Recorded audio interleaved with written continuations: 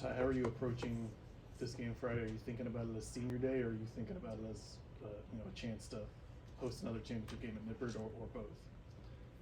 I say we're approaching it as our last game of the year. You know, nothing's guaranteed. Our backs are against the wall, and we got to go out there and do our thing and try to go get another victory in Nippert.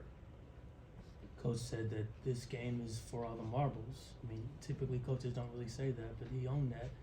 You, I'm sure, thought and dreamed about playing in big games like this, not just in front of big crowds, but nationally televised games with high stakes. Yeah. I mean, these are the games that you work for in the off season, that you work for all season to be able to play for something in November. How rewarding is it? Coach talked last week about how the ups and downs of this season, how it's kind of a unique, weird season, and yet you get to the end of it and you're kind of right where you would want to be, right? You have a chance to control your own destiny.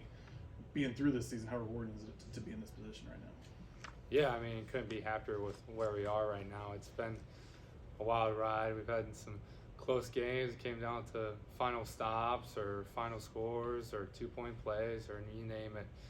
But we've found a way to win and put ourselves in a situation where we can hopefully play for a championship if we get the job done. They've got a high-powered offense, at least potentially most of the time. What do you see from them as you're breaking down film? Yeah, I mean, their quarterback, he's a veteran guy, a real good player. Their running back is up there in the league in yards, and he's a really good back, probably one of the best we've seen all season. And just overall in their offense, they got some good pass catchers, and they got threats all over the field, so we're going to have to be on our game. You were part of the 2018 class that was a big deal here, like the first full class that Coach Fickell had. There was a big focus on some of those local guys. You're a little bit outside of that. What do you remember just from being in Columbus and seeing this staff come in and really trying to focus on Ohio and the Cincinnati area when you were making your decision back in high school? Yeah, I mean, personally, I loved it. Being an Ohio guy, they're focusing on Ohio people, so yeah, I think it was a kind of perfect storm for me of all the coaches that were ended up here and Coach Fickell and all that, and knowing that he had strong ties to Ohio. So yeah, it definitely helped.